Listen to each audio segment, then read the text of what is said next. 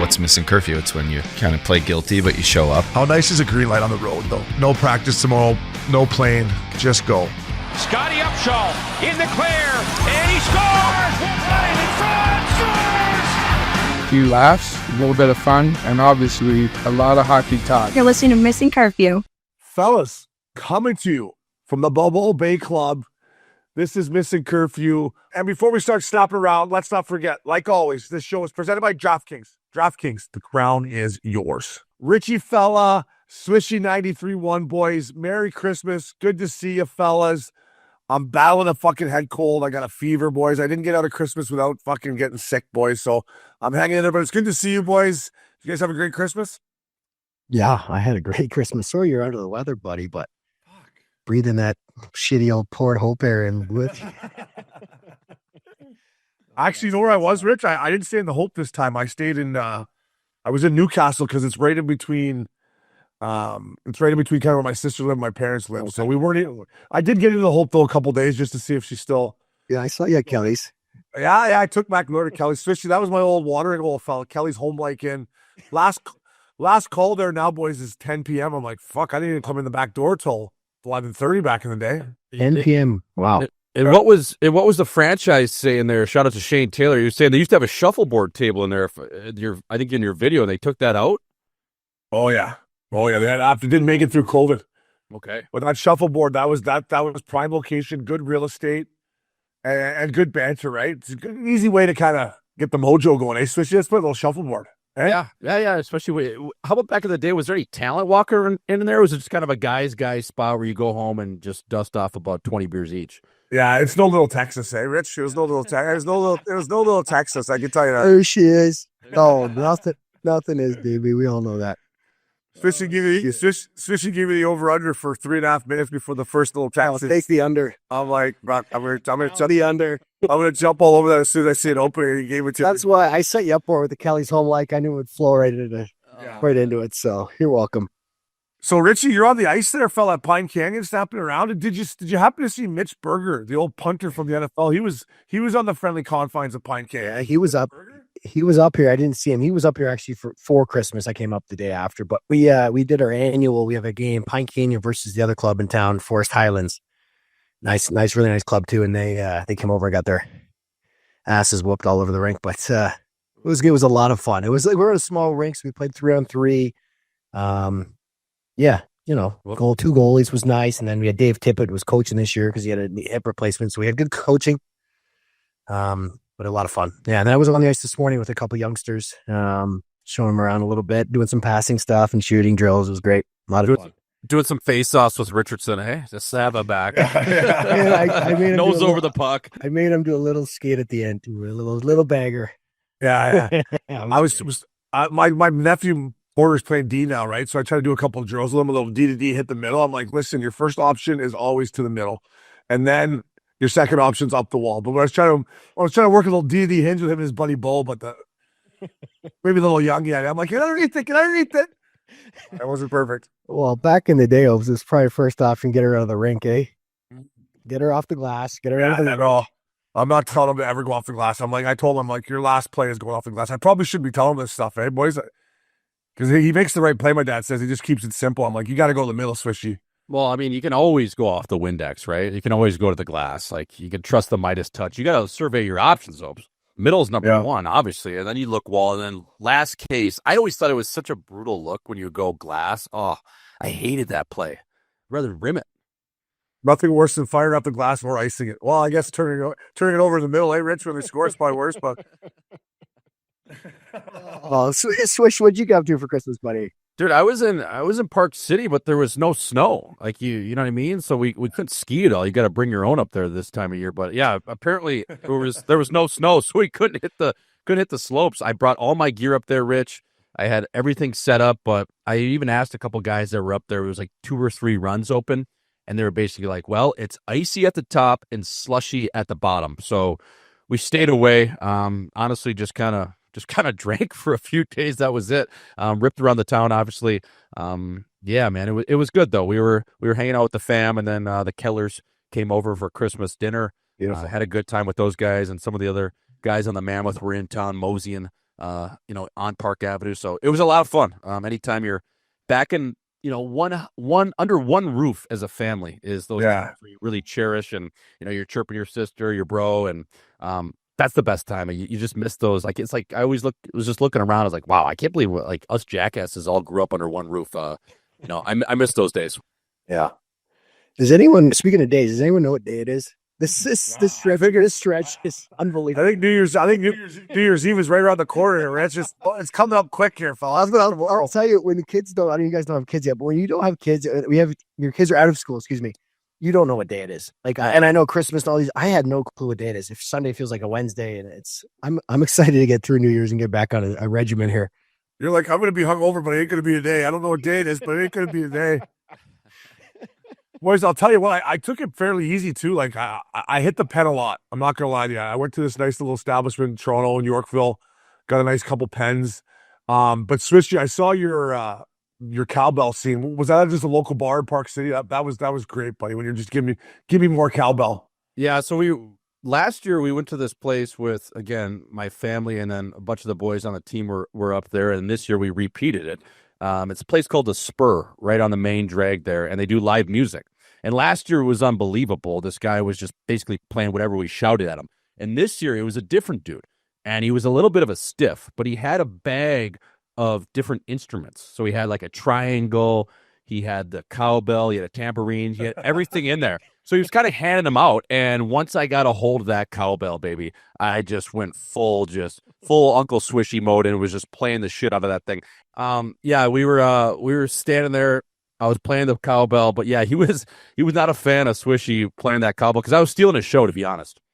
You know what? I loved your knee bend. You had a good knee bend, and you were getting right into it, and you were just trying to time it. I'm like, he's playing his cut stuff there. Yeah, and the Will Ferrell scene too. Obviously, Saturday Night Live. Oh yeah, with Burt Reynolds. So I was trying to mimic that. Like, there was people in and around the dance floor while they were doing the Macarena to one songs, and I was right in their ear with the cowbell, just playing it right in their ear.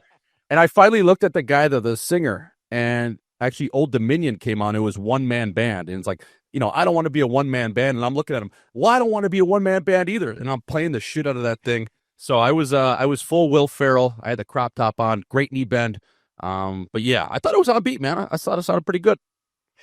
Yeah, I was watching both you beauties. Richie's at the friendly confines of Pine Canyon. You're at Park City. I'm in Newcastle. I'm like, what did I do wrong here? I gotta start maybe enjoying my Christmases a little more here. The family might have to start traveling here. Yeah, get them down to the Bay Club. Get some UVs on them, Yeah, right? Have we done that before, folks? Bring them down? They've never come out for Christmas, no. I'll tell you what, no, Rich. Mac Miller got a little taste of everything that Canada has to offer. Like, first of all, the one day, big snowstorm. 2 days later, freezing rain. And the day after that, rain, slush. I'm like, you're getting a taste of exactly what Ontario, Canada has to offer here. It was wearing on me, man. I'm like, I gotta get the fuck out. I gotta get out of here. This is I don't know how they do it. Yeah. Well, it's always nice when you get home and there's fresh snow, because it's like, oh, good, you can play with the kids or go skating or whatever. But then you get that slushy weather. I don't know. It's awful. Your cars are filthy. It's just a mess. Yeah, you know what, Rich? Being out there with my nephews on the pond was pretty cool. And then I went to the old outdoor rink in Port Hope, Caroline Rink. Yeah. She's closed. It's not even open. I'm like, come on, boys. The boys aren't playing outdoor hockey anymore. Just rink closed. I was like, that's... And it's got the boards up and everything? It's got way better boards now. It's got, like, back in my day, it was boards and fence, right? Old school. You get in there, fucking little cheese grater on the fence there, Rich, eh? There you go, bud. Hey, little cheese grater on the stand in the corners. There you go, bud. Hey, Merry Christmas, bud. Hey, how's your family picture gonna look there, bud? Oh, yeah. Now they got the nice glass up with the boards, but no ice. I'm like, I don't like it. Maybe it's a little early. Maybe it's January, February. They'll get her snapping around. I hope. Yeah, you think that's something you want for Christmas holidays, right? Rocking, right? But yeah, I got to give some love to my brother-in-law Tommy. He goes out, boys, and shovels this pond, 2 sheets, and then does this little lane where my nephews can go ski. He's out there for fucking 2 hours shoveling snow. I'm like, he doesn't even take that blower out there. Just straight shovel. Oh. Just darts. Yeah. And the shovel, he just goes. He just goes. Yeah. That's just a good lad. Get away from the wife for a bit, eh? Yeah. Get away from the two meatheads. So, speaking of smoking darts, Rich, shout out to our boy Princey. Fuck, when that clip came out of Trailer Park Boys at church, he's like, who's drunk here? He's like, who's drunk here? This is Christmas. You got to come to church drunk. I was like, that used to be me at midnight mass, and my mom just pickled that clip was legendary, though, Richie. Well, that whole Christmas scene, the whole episode is amazing. Oh, it's too good. Did you actually I mean, this is probably offside, but you never brought like cocktails into church, did you? no, I was already on my way by midnight mass. I mean, I probably tried to sneak one in. My mom was like, Shane, I was fucking pickled going in there. Hey, guys, how you doing? I'm just playing the show, too. Hey, boys. How we doing here? Good to see you here, pals. Merry Christmas. Merry Christmas. Breathing fire. And again, I don't know the significance. What's the midnight mass? What's the purpose of having it so late?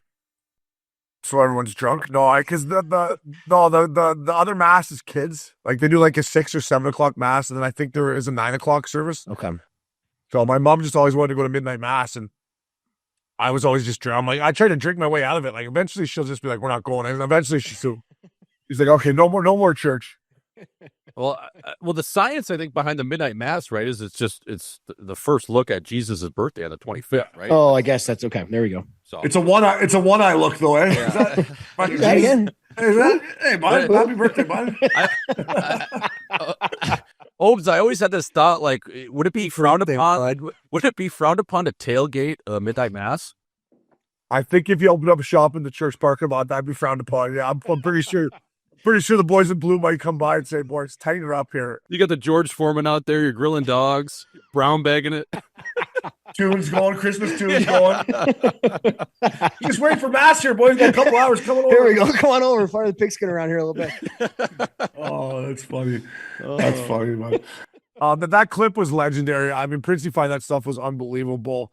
Boys, I wanted to give some love. Every Boxing Day, I go skate with my boys in Orono, the home of Brian Bickle, Stanley Cup champ. Yep. And these boys, after my nephews play pickup hockey, and they're fans of Missin Curfew, especially with their fans of what you do. And they're playing senior A hockey. Brian Bickle's playing senior A hockey now, so I had to give him a shout out to the Durham Hawks. And I was just thinking, like, Richie, if you lived back in fucking Belleville and you were just living, you might be a senior A guy. They might be able to talk you into like, "Hey, Richardson, come on, buddy. What are you doing this week? We need you to come out here and snap her up." Could you see yourself if you were living back in Belleville and there was a team playing at the Wally Denver and you're like, "Hey, we need a centerman to win some draws." Would you get out there and snap it if that's where you were living? I just thought you would. Belleville. I'd like to say I wouldn't, but I probably would. You know, I have to be honest with you. I probably would be.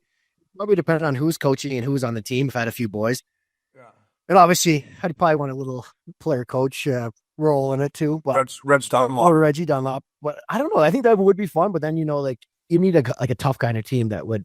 So because guys are gonna fuck with you. Yeah, like you know what I mean. I don't want to be out there fighting and hacking and whacking. Even all that, I like hacking and whacking, but yeah. And these guys full contact. They travel. They play every weekend. I'm like, fucking good for you boys. They're beautiful. It reminds me of the clip when Ryan Smith was playing and he got just tattooed in the middle of the ice. One of my favorite clips of all time. Yeah. By the way, if I was living back home, maybe I would have kept myself in a little better shape. But if I was, I might have played too. Like I know PA plays back in Quebec. I just thought like I always kind of bagged on senior A hockey, but to see these guys and how much they were loving it, I had to give them some love to the old Durham Hawks. They play out of Orono and they play out of Oshawa. How was the quality of hockey? I didn't see the game. You didn't see the game? Okay. They did invite me to the match. The boys were like, "You want to come to the match?" I said, "Fellas, good luck, eh? Hey, play hard. I'm not coming out to watch the senior A hockey. It hasn't got to that just yet." Do they get paid? Another question. I don't know a lot about the senior hockey. I know PA was making a little bit of dough playing in Quebec. I think if you especially I think there's some senior leagues that do pay like what $1,000 a game or something. Maybe? Yeah. I would say they like the celebrities on the team, like former NHL players. I think you can get about $1,000 cash a game. I would say, and you'd be like a $14 per diem pack for your subway on the way home. I love that. Little gas money. Gas money. Something for the effort, right? Yeah, I never got to him. I usually hit the Mr. Sub every year. Rich, you didn't make her to Mr. Sub this year. It's a sub shop in Canada, Swishy. It's not the same, Rich.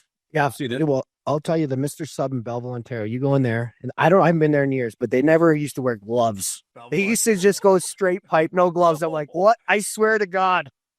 And I'm like, what is going on here? No gloves. He's just all of a sudden he's into the meat tray with his paw. I'm like, okay, this can't be real. Oh my God, he's grabbing your banana peppers and he's got a bunch of shit all over him. I'm like, no way. Oh God.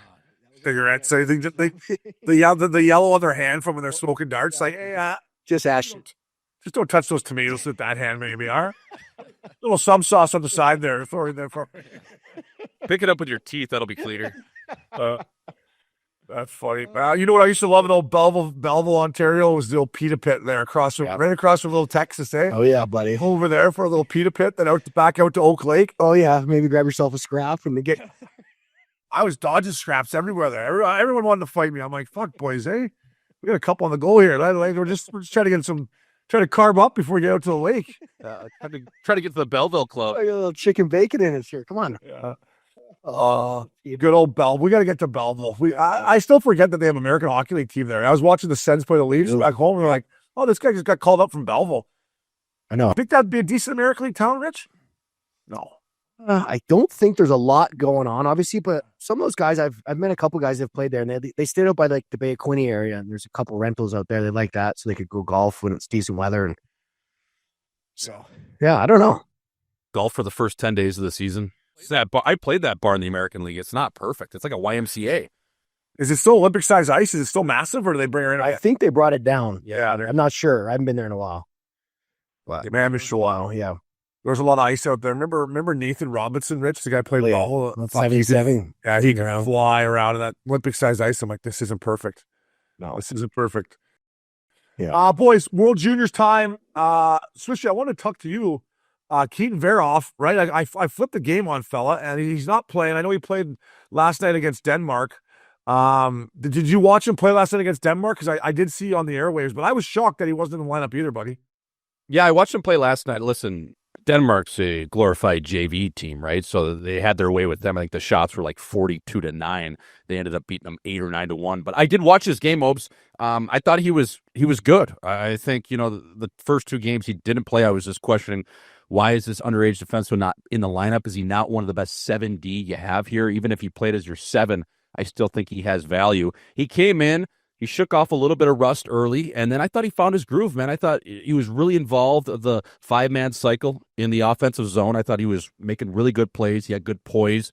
And the biggest thing for me that I saw is he wanted to make a difference. Like, he was out there, he was jumping, he was excited, he was going down the wall, he was pitching, closing guys off. I really liked his game, and I think, moving forward, they got to find a place to keep him in the lineup, because I think he is one of their better offensive gifted defensemen. And I just think as the tournament goes, they're gonna have a big test tonight against Finland. But if he's in the lineup, that's going to be, another chance for him to just continue to grow that confidence. And I'll stand by what I said. I think if this kid does keep playing, I think he could be, one of, or if not their best defenseman. He's that good.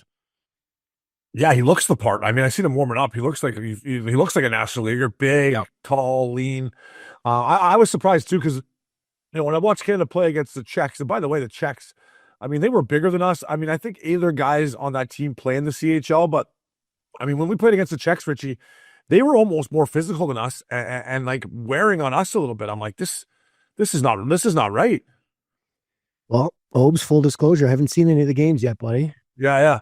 Well, that's okay, but I'm just saying, like, to me, I get the game has changed, but like, old school World Juniors, Richie, like, we would pack our will on them, right? Like, you come in there, we'd finish our checks. Like, it's almost like the Czech team was playing harder than us, and we were lucky to win that game. We scored our way out of it. But the one kid I've been impressed with I haven't watched much either. I watched the Czech game, and I watched the Imperial Latvia game. But TJ Gimla, man. First of all, I assumed he was a right-handed shot because his old man was, but he's a lefty. He reminds me, especially a little bit of a Brad Marchand. Is that accurate, you think, a little bit? Like, when I was watching him play against the Czechs, I'm like, this guy's a little Marchand in him. Yeah, he has a little bite to him. I would say he's got the Ginla in him where he plays nose over the puck. He had a great assist last night where he basically went 1-on-3 and had a pull-up play and a dish over to that Coots kid who eventually buried. But yeah, I think there's some bite there. I don't know if his hockey sense per se would be as good as Marchand. That's the thing that I think the book is still out a little bit. But in terms of playing in straight lines and coming with skill and a little bit of grit, I would say there's some comparables there. Like I was thinking, sorry, Rich. I was thinking just like his cycle game down low. Yeah. He's pretty shifty. He kind of gets low. He kind of takes a hit and kind of rolls off. And I don't know. I saw a little bit of Marchand in him. I kind of noticed, like, just his skating, his ability kind of reminds me of Taylor Hall. The way he skates and the way he's so low. The way he's so low and skates. But I don't know his grind game. I haven't seen him play enough about Taylor Hall's not a big grinder in the corners and stuff, but he skates similar to him and he handles the puck kind of the same. But yeah, that's what I noticed too, how low he got. And like he was down the corners and rolling off of guys and taking it to the net. Like he's not very big, right? How big would he be, Swishy? I think he's 5'11", maybe 5, and standing on his wallet. Yeah, he's not very big. That Canadian team, though, I don't know. I've watched 2 games now. I don't know if they're as good as I thought they would be, to be honest, up until this point in the tournament. I mean, they basically have every guy in their team is a first-round pick or an eventual first-round pick. It seems like a little bit of a weird makeup of a Canadian team. I just don't know how much grit they have, really. I mean, not that really matters anymore because it's such a skilled game, but I'm not overly thrilled with just the body of work thus far from the Canadians. No, me either. We don't have that grit anymore. And like every nation is skilled now. Like USA is skilled, Sweden's skilled, the Finns are skilled. Latvia, not so much. I love how they play it. Just 5 men back, just hold the middle, eh? They just the old Bill bend, don't break, boys. Get in the lane. Just hang in there. Yeah. Inside the dots. Yeah, but your point's too true. And you just thinking back to like past World Juniors in the last 20 years. Most of our top guys were big physical guys. Like even go back, Eric Lindros in that era. You know what I mean? Like our best players were physical. Yeah. Even Corey Perry was the top line guy, physical. For sure.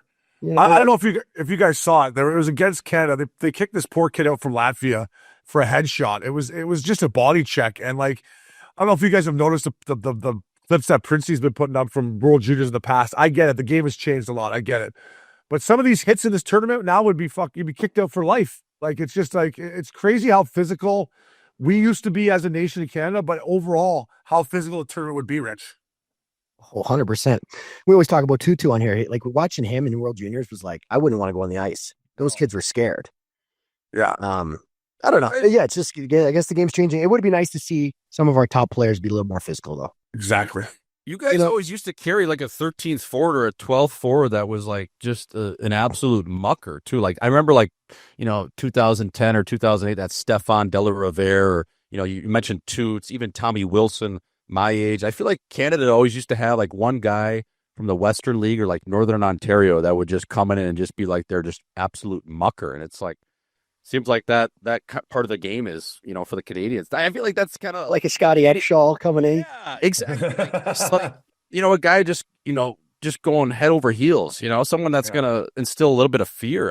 Is that lost in Canadians in hockey or what? Canadian side? Mike Richards play all. Like, guys like that who are like superstars, but still physical. Yeah, and like intimidation. Like, I don't know. Like, no, I get it. You have to be skilled to play now. I get that. But like, as a nation back home in Canada, like, why have we lost the ability to still play physical? Like, what skilled and be skilled. Like that, be both, and that will separate us from other teams, especially at the World Junior level. It's like every year I see Team Canada. The last 3 years coming to these tournaments, and each year to me they look softer and softer. And by the way, they're not more skilled than every other team. So now in my opinion, Rich, we're even the playing field at this level. It's like now we're not scared of us. Like, I'm not lying. The checks came in, they were cross-checking us. We did have some bite back, but it's just crazy to me that the intimidation factor of Canada is gone. Yeah. It was like watching, like, I was never good enough to make one, but it looked like when we used to start our games, it was like, kind of like that old school NHL hockey where first 10 minutes, let's be as physical as possible. Let's get their D on their heels. Let's hit everything that moves. And then let the game settle in. After they're scared and they're on their heels, then we'll start making our plays, spread the ice. But the first 10 minutes, everyone's first shift to get a hit. You do, you know what I mean? You do those little things to kind of put them on their heels. But we don't do that anymore. We just try to skill our way through. Yeah, we'll see how it happens. Swishy, what do you think of Team USA? I watched them play against Germany. I believe they beat the Germans, but I don't think they're as good as the last 2 years, right? Like, this might be kind of a little step back for USA Hockey this year, kind of a semi-retool or rebuild on the fly kind of thing. Yeah, I think a little bit, but, having the home field advantage, being in the state of hockey in Minnesota, I think the expectations are still set on the gold. That Cole Hudson went down he took a shot to the back of the neck. Saw that. So hopefully he's okay because he is their best defenseman out of BU. Will Zellers has had a great tournament, plays at the University of North Dakota. He's got maybe 3 or 4 goals now. So I've liked his game, but I think they need more. I think they need more from this Cole Yzerman kid. He actually got taken off both power plays, and he's arguably their best goal scorer per se, just on paper. So Bob Motzko, the head coach there, is probably looking to get him going a little bit of a response. But we'll see. I don't know. You can never really tell in these, preliminary games where how these teams are doing. You're playing Germany, you're playing Switzerland. Let's get into the medal round. Let's get into some games that actually matter, some single elimination games, and see what we can do. But I do know this, Obes. We do have our home crowd with us, and that XL Energy Center, the Grand Casino Arena, as they call it now, has been absolutely rocking for the American games, which is cool to see. Yeah, that has been good. And I think they were banking on more Canadians coming down, but with the dollar getting smoked and obviously the whole whatever is going on between Canada and USA, there hasn't been many fans at the other games, right? It's and like I thought that would help Canada because there wouldn't be maybe as much pressure as back home. But you look at the Americans playing, it's definitely an advantage when that place is rocking, Swishy. Yeah, and they're playing all their games where the Wild play, right, at Grand Casino. And some of the other teams, even Canada, like last night, they played at 3M Arena, which is the old Mariucci where the University of Minnesota plays. Great barn, but it's 10,000 people. And last night, obviously, it was dressed like a seat night. It was just basically those kids as parents and your agent, and that's it. So, I think if we can use the crowd to our advantage, you never know. It always comes down to like your quarterfinal matchup, whether you're getting like a good Finnish team, you have to cheek one out, or you get, say, Switzerland and you just piss pump them, and it's kind of like a free game. So we'll see how we do. There's another tilt, I believe, tonight. So we'll see how it goes. Yeah, I'll tell you what's great about this tournament, though, is the amount of mistakes that are made, right? Their mistakes are made because it's at the junior and college level. There's a lot of odd man rushes. It's maybe not a coach's dream, but it's definitely entertaining. So we'll see how that plays out. Last but not least, our little intro here. Swishy, I think you single-handedly stopped the strike of the ECHL. First of all, I don't know much about it, but, like, how do these boys have enough money to even strike? Like, yeah, I'm like, did they get what they wanted? I mean, I respect them striking the coast, but it's like, fellas, I mean, how much leverage do you have here? Yeah, you don't. And they were finding replacement players for some of those games while they, were on strike for about 12 hours. The ECHL, some of the teams, they went full Shane Falco and were trying to assemble teams, outside of what they had in terms of bodies. But yeah, like the strike didn't last long, Opes. It was 12, 13 hours.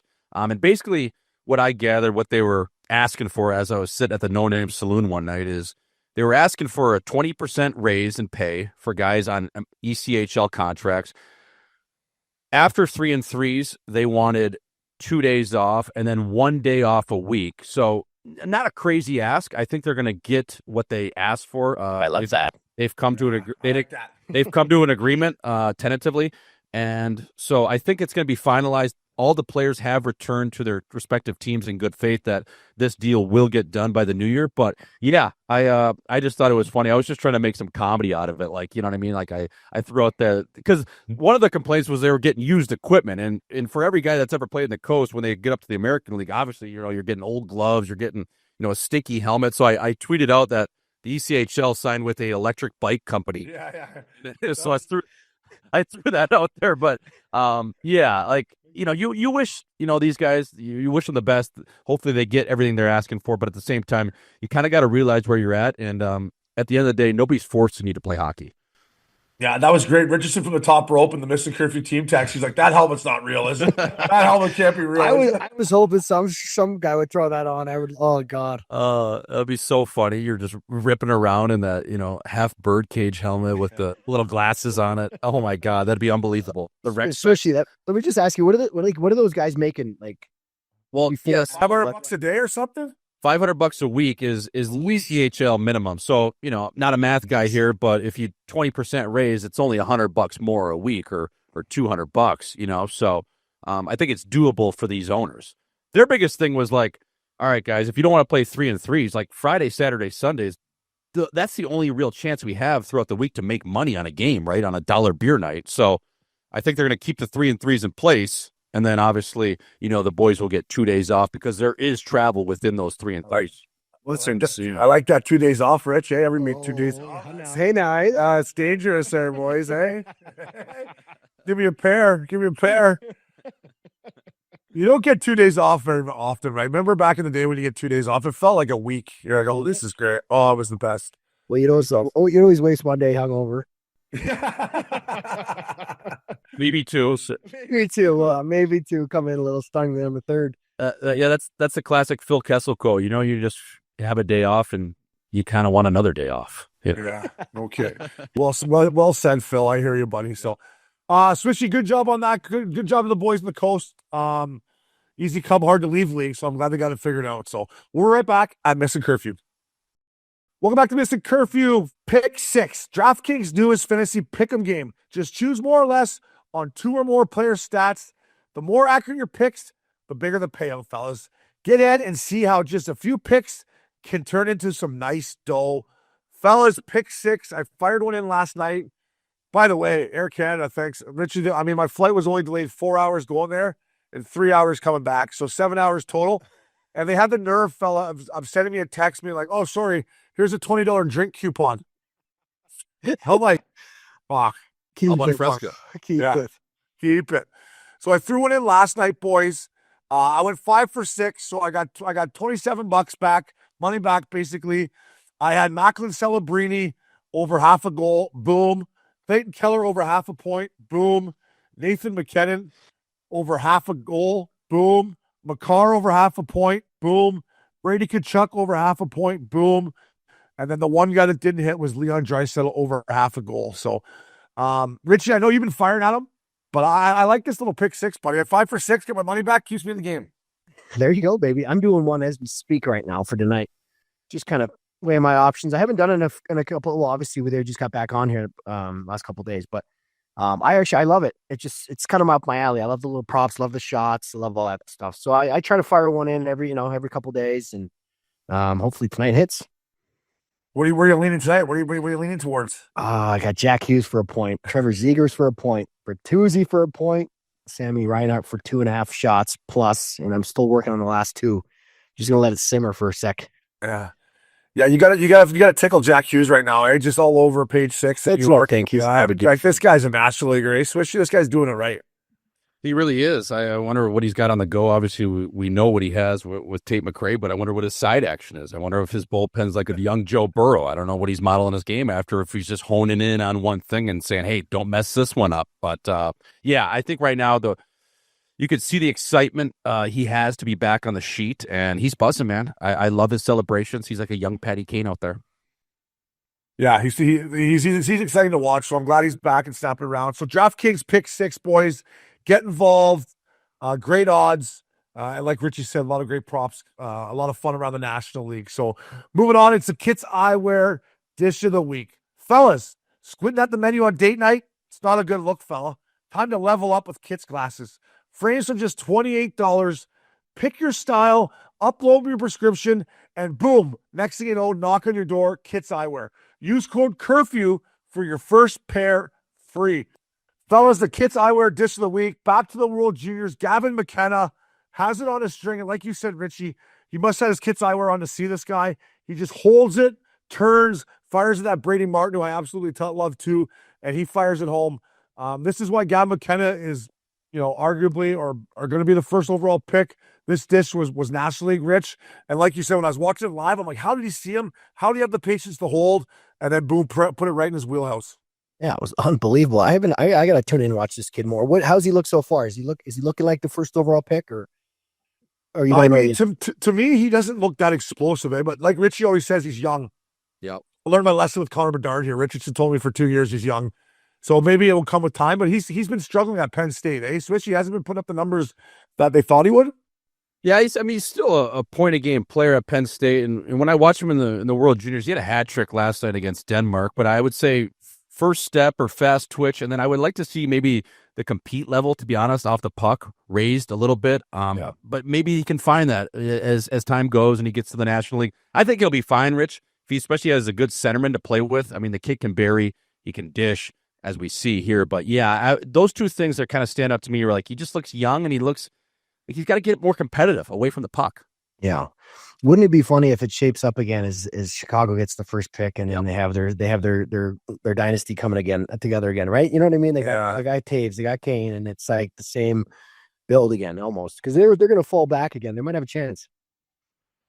If that does happen, would you lean towards taking the big defenseman, or like how many forwards do you need to have? I guess it doesn't hurt to have elite fucking forwards up front. I haven't seen either of them play enough to even give you an assessment, but especially probably would take.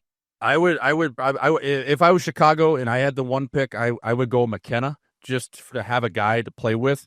especially for Bedard. And if you look at their back end, too, they took that Sam Rinzel, who was a first-round pick, right shot. Artem Lebchev, who was a second overall pick, is also a right shot. So they do have a stockpile of right-handed D-man that they're hoping can be, perennial players or franchise defensemen. And if one of the two of those righties turns out to be that, they'll be okay. So if I was Chicago in that sense, Obes, and they got the first overall pick, I would be leaning towards McKenna for sure, just based what they have in the pipeline.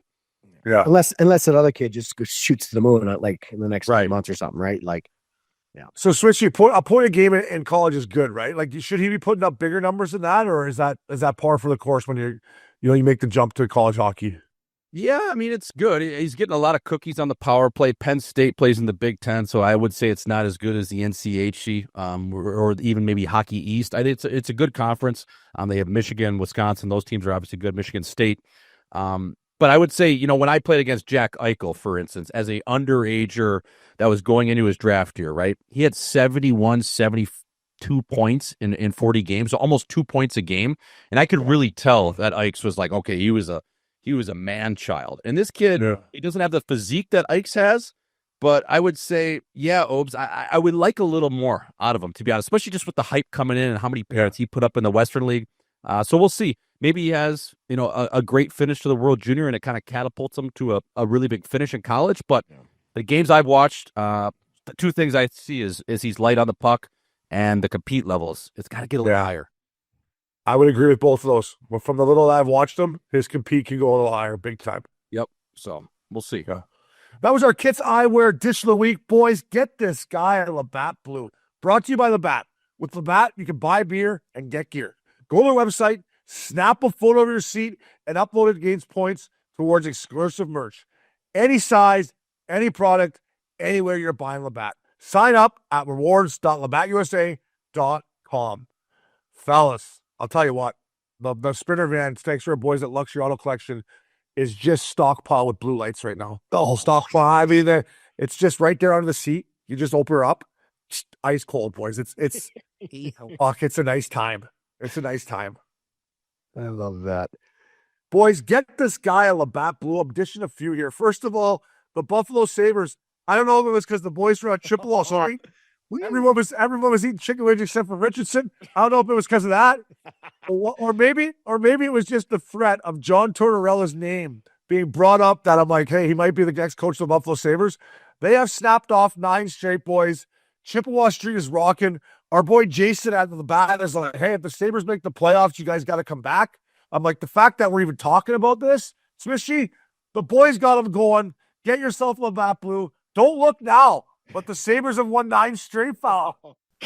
Go ahead, Swishy. 9-1 since we've been on Chippewa Street. We got Kevyn Adams out of office. Lindy, I like it a little bit rough, is playing it back like it's 2010. This team is buzzing. Obes, I just got a little win, though, across my ticker that Alex Lyon did suffer a lower body injury in the last game, so hopefully he's okay. I don't know if he's going to be day-to-day on that, but their goaltender that's been riding high is a little banged up right now, but maybe they go to the Finnish guy that got caught at the bar at 40 Thieves, Ukko. So maybe he can kind of get him over the edge and keep this train rolling, but another good win last night in St. Louis. Buffalo, man. What a town. What a chin that place has. I love it for the people. It's exciting times there in Buff. I still haven't recovered from that trip. I'm still fighting it. It's been a month. I'm still in one. But Rich, in all seriousness, we talked about the Sabres throughout the season, and we've said they had all the pieces, right? Tage Thompson up front. We got Darlene, and I know he's been hurt, but like they had the pieces. Bo Byram on the back end. They've had the pieces. It's nice to see them put this together. For sure it is. I mean, right now they're just out of a playoff spot, but tied for Florida in points. I mean, long way to go. But yeah, it's funny how this league works, isn't it? It's just confidence and team playing like a team. It just goes this way pretty quick. Yeah, it's good to see. It's good to see. It's great to see, especially after we buried Adams. And yeah, I listen. It's not a coincidence that the boys were on Chippewa Street. Next thing you know, they haven't lost since. So and the one guy that has come back in the lineup, and I do think he's going to be the X factor for this team to continue to push for a playoff spot, is that Josh Norris.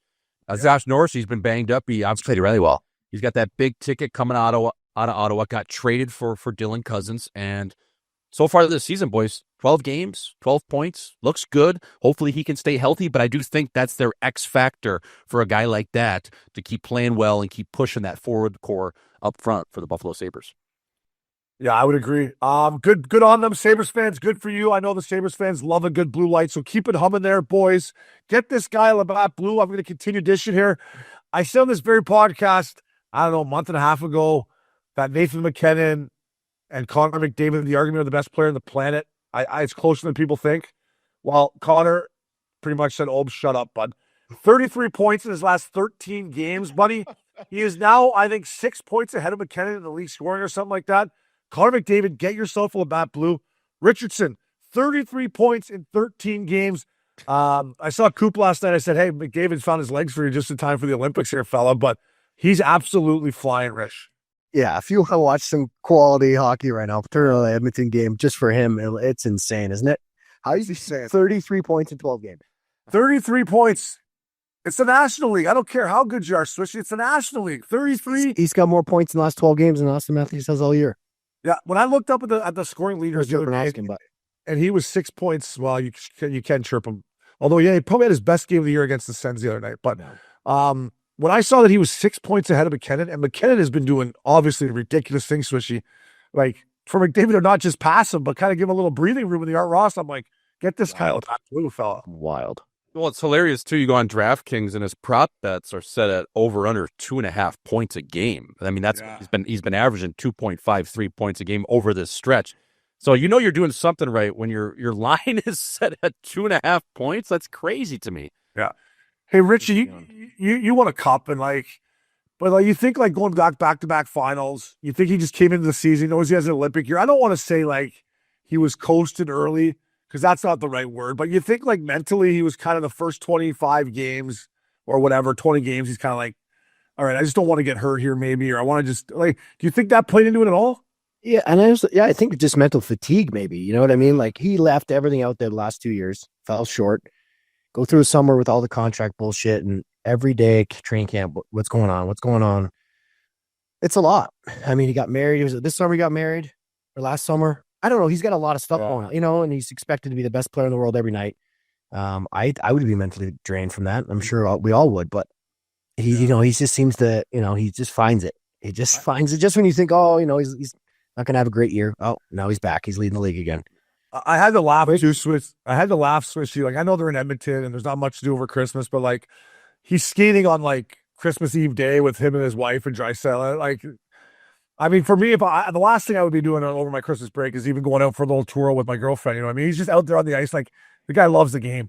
He loves the game. And, I was sitting there over Christmas with some of the guys, some national leaguers, and they were saying that McDavid looks light right now, in terms of his body and his overall figure. So I don't know if he shed some weight in the summer too, or he looks even faster is what I'm trying to say. He just looks like he's shot out of a cannon. He looks light. He looks lean. Who knows? I mean, he could put up 150 points again, 160 with the run he's going on here. But at some point, do you run out of steam because you're building to the Olympics, right? And then you go to the Olympics. Do you have a lull after that, and then you got to gear up for basically another season? I don't know. Or is this guy he just doesn't even care? I think that's why the first 20, 25 games of the season, I don't want to say he was coasting because he wasn't, but maybe not giving it the full. And now, obviously, he's cranked it up because the Olympics right around the corner. Then when he gets back from the Olympics, right, he can see the finish line. And by the way, the scheduling after the Olympics, boys, through March and every other day, it's fucking nuts. So we'll see, Switchy. Maybe down the stretch, he's playing a lot of hockey, like Richie said, and who knows, that might be a factor. Did you see his quote too, where they were asking him, I don't know who it was, and the scrum there with the media. They were basically what about the schedule? Because every guy's been talking about how demanding the schedule is, how taxing it is. He's like, I think the schedule favors a guy like me. I think he could play 2 games in one day and it wouldn't even faze him. I think he's just that big of a freak. Yeah. Do you think they'd ever rest him after the Olympics, Edmonton? I would tell him to go to Cabo for a fucking whole while. Go down to Cabo for 3 or 4 days and just put your feet up. He probably couldn't do it though, or could he? No, he'll shut it off. He wouldn't be able to. We'll get down to Cabo for a few days. We'll try to squeak out a couple overtime losses here while you're gone. But honestly, Rich, that's something to really consider. After the Olympics, giving him a night or two off. in all seriousness, buddy, I'm being looking honest. forward to I don't it. know. I don't know. You have to make them and be like, you're not playing tonight. You could say you're banged up a little bit or something. Yeah. I don't know. It's just because, man, that's a lot of hockey, especially with the minutes he plays. Yeah, but like Swishy said, he doesn't get tired. Looks like he's just flying out there. He like sees Chicago's on the radar. And they're like, we're going to sit you against Chicago. He's like, well, that could be a potential 5 point. That's a 5 point. I don't want to say that. McKinnon's catching me here. Right. Yeah.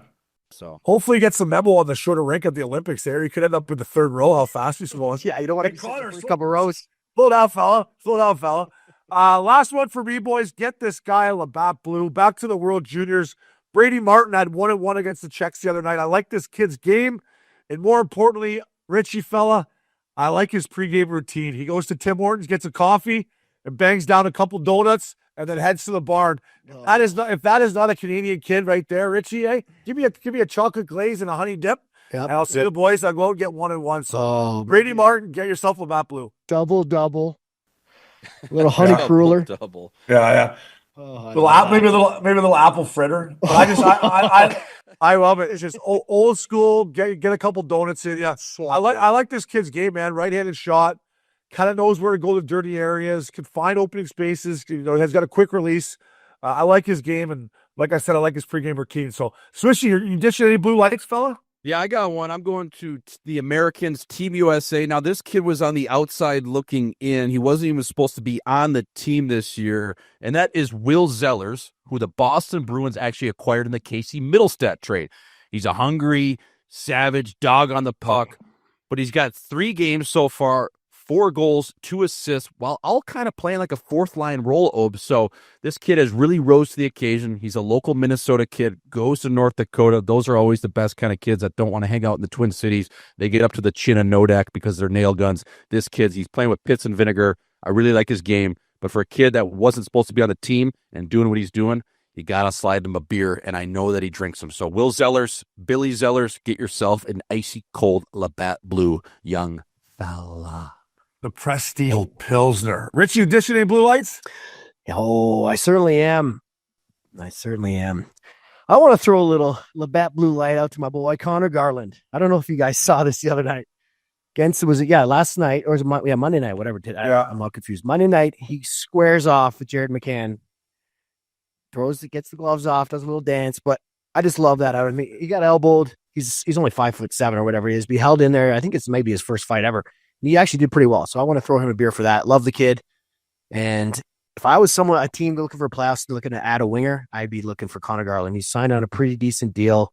I'm making a ton of money, and he just competes. He plays. He'll fight. He gets in every dirty area, and I just love him. Yeah, I saw that fight. Squared off. Obviously, McCann's not a killer himself, but giving up a lot of height, a lot of weight. And I'm with you. Listen, the Canucks, after they traded Quinn Hughes, they went out east. I'm like, they're going to get smoked out there. They won fucking 4 straight. So they're showing some character, but I'm with you, Richie. If you're a team and when Garland signed in Vancouver, coming from Phoenix, I was like, is he going to be able to handle the pressure of playing in Vancouver? Yeah. He has, and he competes every single night. That's what I love about that kid the most. Yeah, he is a gamer, man. He is so competitive. He's so smart. I know Schmaltz, but you know him well. I just like the kid. He's just a great locker room guy, and I think he's just a warrior. Yeah, he's one of those. I mean, he's so little, and the way he can drop down to a knee in the corner and get out of a little like a little bunker, you know what I mean? He's just kind of like a little rat out there. But a very effective player. He's a water bug, is what he is, and you punch him in the face, it actually gets him going even further. So yeah, a very competitive kid, and for his stature, plays very hard. Yep. Yeah, well-deserved. Prestige Pilsner. Get those guys at Labatt Blue. Always drink responsibly, boys, but get yourself an ice-cold Labatt Blue. Around the National League, best league in the world, presented by our friends at Eagle 4. Fellas, ready for a getaway? Missin Curfew listeners get 20% off at the Balboa Bay Resort with code CURFEW. Lounge by the water, enjoy waterside dining, and unwind in true Newport Beach style. This is a limited time offer that goes through the end of March. Promo code CURFEW. Go to balboabayresorts.com and book your room now. Fellas, around the National League, best league in the world, our boy Jon Cooper. I was watching the Lightning game the other night, and Coop has never won the Jack Adams. I couldn't believe that. With everything that's going on this year, with Team Canada, the responsibility there, I don't know how much you guys have been following Tampa, but they have been banged up the entire season. I think they played 11 or 12 defensemen. Where Coop has him right now, Swishy, I think he should be in the talk for Jack Adams with all the injuries they had. They're in a playoff spot. They're fighting for the lead in the Atlantic. First of all, can you believe Coop's never won one? And second of all, I think I know he'd have our vote this year for the Jack Adams. Yeah, it's amazing that he's never won one, Obes. And I feel like the Jack Adams is always handed to the team like, say, the Boston Bruins 3 years ago where they just run away with the President's Trophy, and it's a no-brainer for the coach to receive that award. Or it's like a feel-good story where their team, at the start of the year, everyone was counting out, and somehow that team sneaks into the playoffs and maybe wins a round, like a Dave Haxtell in Seattle, for example, when he was up for it. Or, even the real Rocket Tocket, he's won a Jack Adams in Vancouver. So it's kind of a weird award in that way where, the expectations are always set so high on a team like Tampa Bay, and whether they, get into the playoffs and then end up winning it, for whatever reason, Coop hasn't been in the mix. Obviously, he's one of the best coaches in the league, but I want to say, Obi, the one guy that's really held down the anchor back there on the back end is newly signed J.J. Moser, who came over from Phoenix, Arizona in a trade for Mikhail Sergachev. So he has been unbelievable back there. I always loved his game, especially watching him early on, the Swiss-born coming over to Arizona. Spent a little time in the American League and then right up to the National League. He's been unbelievable. And the thing with Tampa Bay, too, is with their team, don't you think, like, every guy that either signs there or gets traded there, they just play a little bit tougher? Like, you see Gensel mixing it up. J.J. Moser's fighting a little bit. He wasn't doing that in Arizona. Gensel wasn't really mixing it up in Pittsburgh. I just think every time you get a guy into that Tampa Bay locker room, for whatever reason, they walk a little bit with their chest out. Their shoulders are a little bigger, and they're a little bit tougher. And I think it has to do with Coop and obviously the leadership there. But, yeah, that's our boy over there in Coop. So good things in Tampa Bay. How many times has he been nominated? I mean, so the years they won the Cup, in 2020, Bruce Cassidy won it. In 21, Rod the Bod won it. And the year they lost in the finals to Colorado, Daryl Sutter won it in 22. So I don't know if he was nominated all those years or not, but it's just crazy that he's never won one. Yeah, that really is. I mean, the year they got bounced by Columbus, they were the President's Cup, President's Trophy winning team. Yeah. I mean, yeah. Yeah. I think shocking. I think he's done a hell of a job this year. Rich, to answer your question, per AI on Google, it says twice he's been nominated, and he was a finalist 2 seasons. Yeah. That was 2013-14 and then 18-19. Yeah, I mean, he's probably in the running again. Who's the Detroit coach? I'm losing my mind here for a second. Todd Cullen. Oh, he'll probably in the mix for that. Yeah, a hell of a year. They're having a hell of a year. I don't think there's. I've watched them play a little bit this year. I don't think they're as good as their record indicates, but That's Todd's mean, done, though. Todd's done a hell of a job there. He's done a hell of a job. Hey, fellas, on DraftKings, Jon Cooper is plus 1,200. The heavy favorite is Jared Bednar, and then it's Coach Q. Oh, yeah. Oh, yeah. You can't forget about Q. Bednar. That team Depends, yeah. It'll depend how Anaheim finishes up for him to get in it. Yeah. None of those writers are going to vote for Q anyways. Yeah, I just think with all the injuries and like I said, trying to pick Team Canada, I think they've done a hell of a job. So. Yeah. Boys, moving on here around the National League presented by Eagle 4. I thought that this was kind of funny. The Toronto Maple Leafs, obviously the power play is struggling, but they piped Mark Savard right before fucking Christmas. The PP guy, like, Richie, you've been you've worked for the Calgary Flames. You've been around a lot. Like, this one was kind of weird to me. Like, you're going to blame Mark Savard. I know the power play is not humming, but you're going to pipe him 2 days before Christmas. This one was like kind of weird to me. I like Savvy. I kind of felt bad for him. Yeah, that was a shocking one. I think it was just so much noise of we got to fire the GM or fire the coach. We're like, we got to do something, or we got to make a trade. Maybe there was nothing out there, and that was an easy move, right? The power play is stinking. Let's bring someone in. But I mean, I know Steve Sullivan very well. He was our player developer guy in Arizona. I worked with him a ton. He was our assistant GM in Arizona. I love Steve Sullivan. He's a smart power play guy. He's gritty. And just a great human. So I wish him the best. But you never want to see Savvy's a great guy, and you never want to see someone get fired. But you know how it is. They got to blame someone. Yeah, I played with Sully in Nashville. He's a good dude. Yeah. Just feeding poor Mark Savard to the wolves. Just a sacrificial lamb. Like, Right before Christmas, too. Like, if you're going to fire him, maybe at Christmas, just say, hey, Sammy, go out. Don't bother coming back.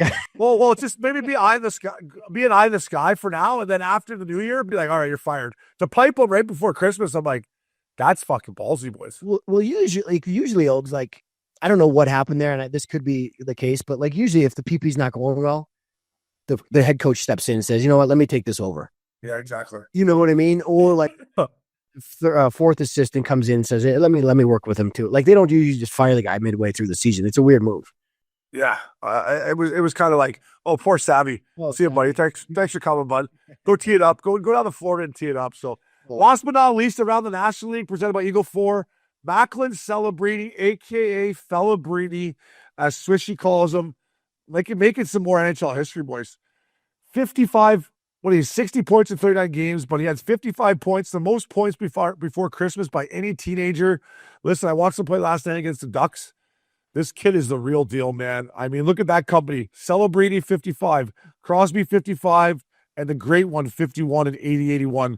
Anytime you're in company with Sid and the great one, that's a nice feather in the cap, Swishy. Yeah, I mean, this kid's unbelievable. I love watching his game, especially in year 2 with the San Jose Sharks. I mean, there's not much else to say other than he deserves a spot on this team that Team Canada is going to be announcing for the Olympics. He's been that good. I love his bite and his jam that he has this year, the excitement he's playing with, and the San Jose Sharks are fun to watch again, Rich. This is a good team. They got that youthful energy, and it's led by Felabrini. Yeah. Well, they're a team. Like, we're living where we live on kind of, the West. They're on late. That's kind of my last game I'll throw on before I go to bed. And I've watched him a lot. And he is the thing that really stands out to me, besides the way he back checks. Plays hard. But the way he tracks back and he cares. He reminds me so much of Sid, the way when he digs in, he just wants it. He competes so hard. And I think that's why he's so good. I mean, offense is great, those numbers, but man, he competes is so crazy.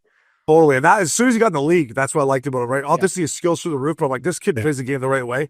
And he seems kind of like a throwback, right? Like him and that Will Smith are always fucking around. The veteran guys seem to love him. Obviously, it's easy to come to the rink and have fun when you're lighting it up. But Swishy, to me, from the outside looking in, he seems like he's kind of an old pro and just loves the game. It looks like that, and even just the way he plays and he digs in and finishes his hit, the cold shoulders he has on the reverse hits. It just seems like, yeah, the mojo in San Jose is something. If I was, looking to sign somewhere, I'm a free agent. Like, I'm looking at San Jose because they're going to be good for years to come. And it just seems like that locker room. And you've had guys, even old school veterans like Ryan Reeves, chime in and be like, yeah, this is a good room, and these kids, they drive the bus for us. Yeah, little Santana roll there, man. Jose, hey, Rich, little Santana, a little Valencia there. It's not a bad spot. So. Just one point about San Jose. I always go back to this. Look at the players they brought in to surround them. Like, they got Ryan Cole, they got Joe Thornton, they got Patrick Marleau. Joe Thornton is like the funniest guy ever. And being around these kids on the ice, I'm like, you're allowed to have fun in the NHL too. Like, exactly. You know what I mean? And I think they're having fun. If you can't have fun in the National League, what are we talking about? I know. I think it's, they look loose. I mean, I know they're not, but they're still in a playoff spot right now. So they're a fun team to watch. I can say it here. Celebrini, pack your shit. You're coming to Italy, fella. But get the sticks ready. That kid's on the team. So moving on here. Beep, beep, beep. Back up the Brinks truck. Swishy mentioned him.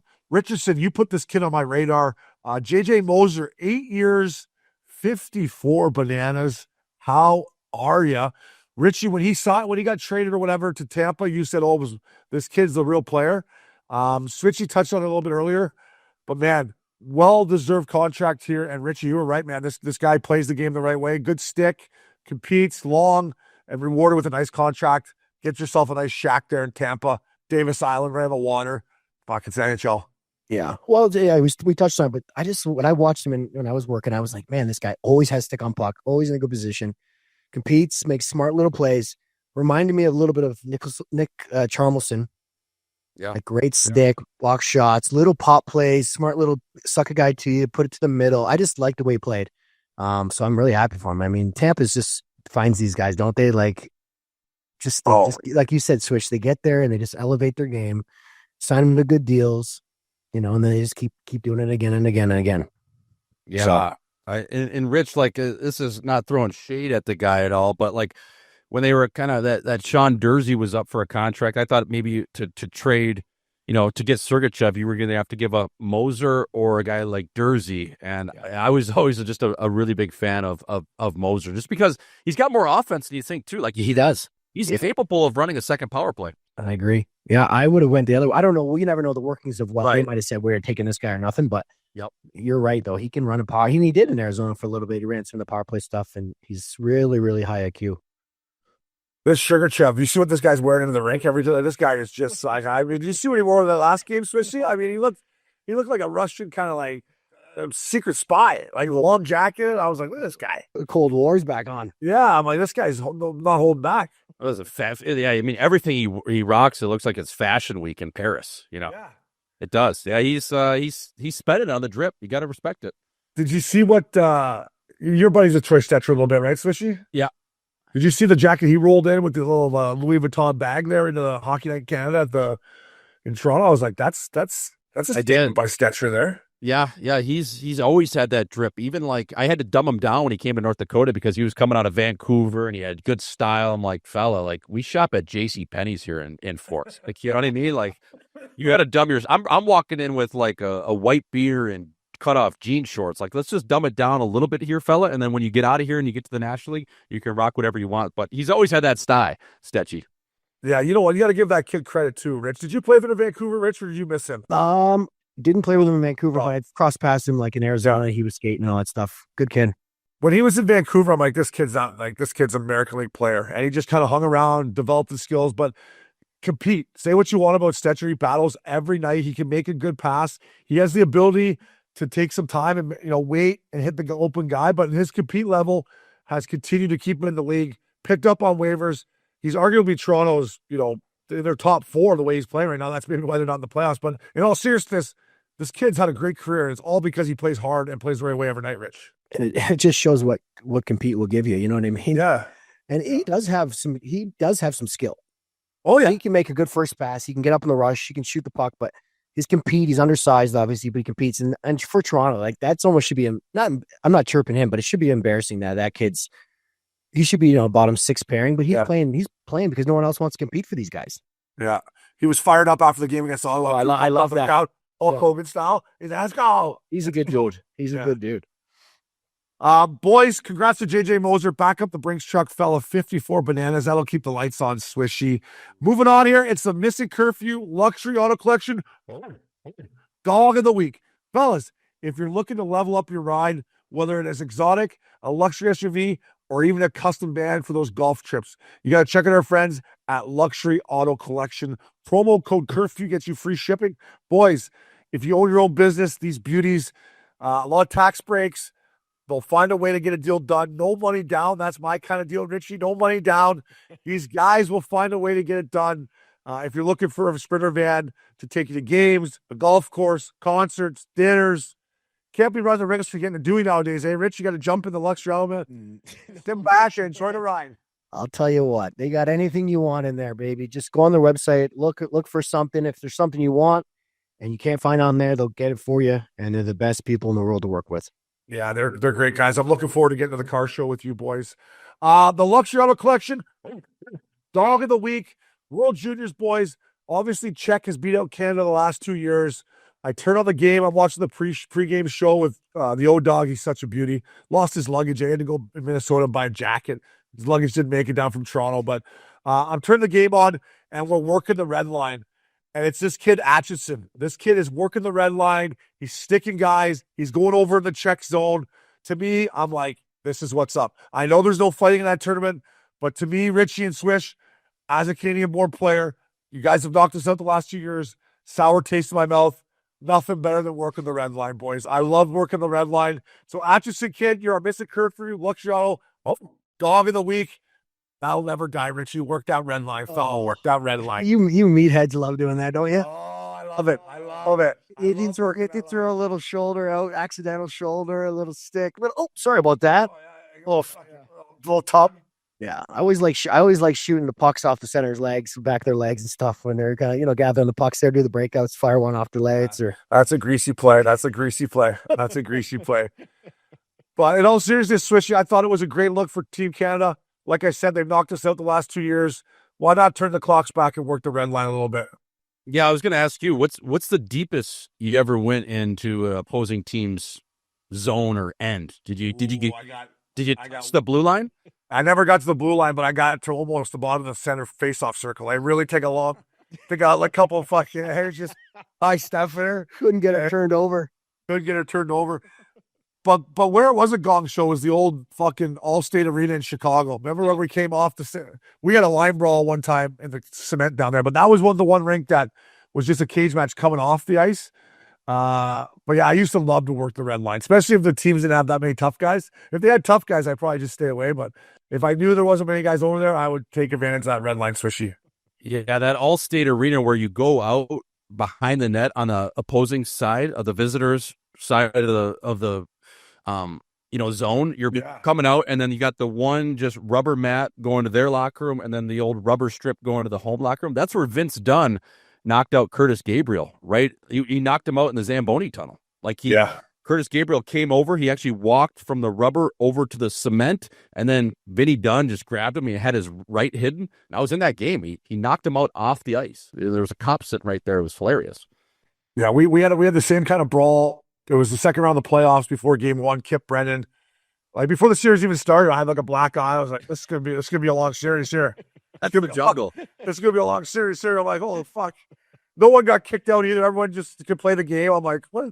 Just there's some rules back on here. Yeah, get me out of here. The series hasn't even started yet. So, I love it though. Atchison, good on you, fella. Your luxury auto question. Dog of the week. It is milk carton time here at Missin Curfew. Listen, I love this guy's dad. Rest in peace. Brian Marchment was a great guy. But listen, Mason Marchment, I'm putting you on the milk carton, fella. I do love your game. But I didn't love the hit against Matthew Schaffer, the kid from Long Island. Obviously, first overall pick, lots of upside. I got no problem with playing guys hard. I didn't love the hit that he had on Hyman last year in the playoffs, mainly because I had my money on the Oilers. But Mason Marchment, fella, I like your game. I take you on my team. But Swishy, I got to put him on the milk carton. I thought that was a fucking cunty play, sticking the leg out. This kid's the future of the NHL. You want to go in and hit him in the corner? Run him through the boards. To me, I didn't like it, so Marchment, I'm putting you on the milk carton. Don't be sticking your leg out. Yeah, that's a dangerous play. Like, I don't love it. I love what Marchment brings to a team. I think he's one of those guys that, realizes where a team's at. I think he can come in and be a rat. I think he can get, emotions or the overall mojo of the team. He can raise that level of things he does on the ice, whether it's a big hit or something a little greasy. I would say that's a little bit too greasy, though.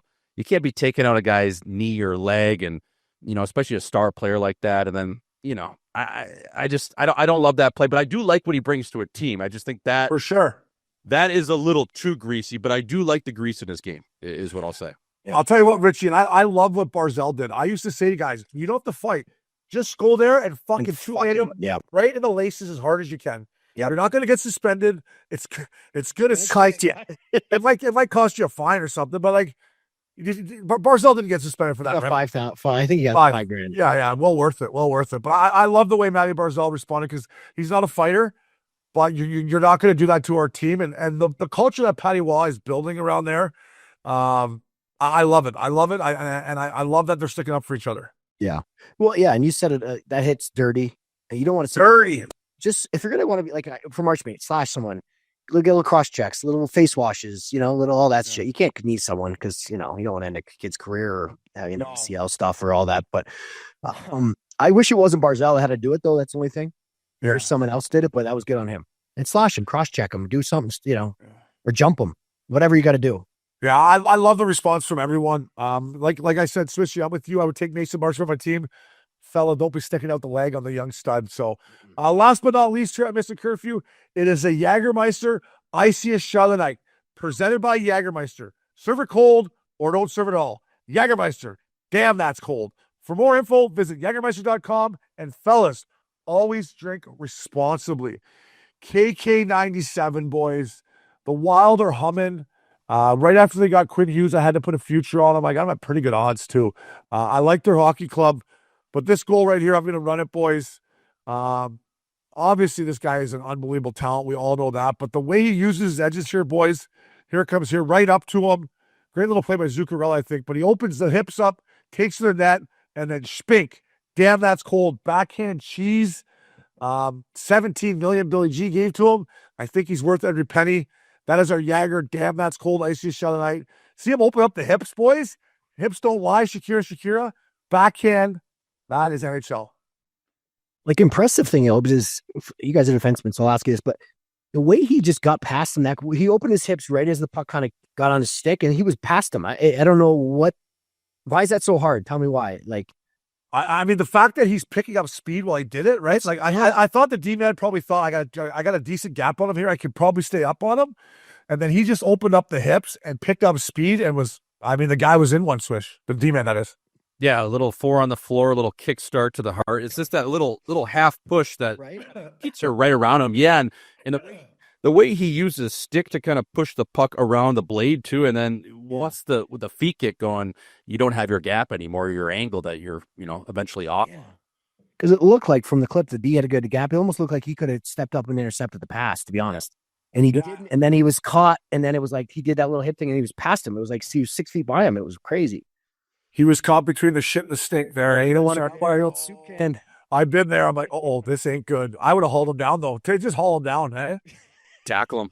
Got to do something to him. So, boys, always fun stopping around with you. New Year's Eve. Some people say amateur night, Swishy, but what's on the docket, boys? I'm hoping to shake this cold off and a little fever I got. But if I do, I'm going to get, catch a little buzz here at the Bay Club. Richardson, what do you got up your sleeve there, fella? Well, I got a little skate party tonight. I got to get the wheels back on again. We got a little party tonight and a little house pop-in thing. And then tomorrow night's with Pine Canyon Fire and Ice party. So we'll have our best duds on, and all the boys are in town. So we'll have a little fun time up here. Seriously, that's good. That's good living at Pine Canyon, the friendly confines of Pine Canyon, eh? Everything's an arm reach away there. I'll take that. I'll do some of that. One of those things. I'll take 2 of those. One of those naked lady teeth. Swishy, are you? I know you believe that it's kind of amateur night. Are you going to get out there and mix it as a young single guy, or what are you thinking? I don't know. I'm going to Miami on Thursday for that Winter Classic, so I'm going to probably have a good shift down there. But for me, it's always been amateur night, but I always get talked into doing something. I don't have anything on the slate per se. I just got back yesterday from Park City, so I don't know. We'll see. It's a Wednesday night. It is amateur night, but I usually get talked into something. Right now, I got nothing on the docket, though. I'm kind of gearing up for Miami, to be honest. How do you think that's going to be there? Right? I saw the rink in there. That stadium opens up, right? Especially the roof will be open. I think it'll be all right. I mean, that park isn't perfect. Lone Depot Park, it's basically a glorified Costco. Like it's concrete. It's not like this venue that's like, got some buzz around it, or like a historic venue like Wrigley or Fenway or something. So I don't know. I think it'll be cool in a sense of they're playing in South Florida, but to be honest, I don't know how many people in Miami are going to be knowing there's a hockey game going on. I think they're all just going to be focused on club space for 11. Yeah. How do they keep that ice swishy? Like, well, I think they're gonna. I don't think they're gonna have the roof closed until about game time. Well, I didn't hear the retractable. Yeah, it's a 7 o'clock puck drop, right? Okay, I didn't hear that. Oh, there you go.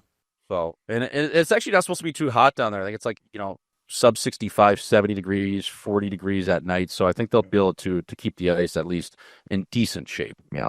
Rich, you didn't play the one at Dodger Stadium, did you, Rich? You were gone. No, I only played one. I played a Heritage Classic in BC, the BC Place. Oh yeah. Yeah, it wasn't. When Torts didn't start along the way. Yeah, exactly. Put Eddie Lack in a shake our team up. That boy Torts right away to fucking. Hey, Louis, have a seat here, bud. Enjoy the game from BC Place here. Boys, I appreciate you. Happy New Year. Good things in 26. Health and happiness to all your friends and family. Thanks, boys. That was Missin Curfew, fella.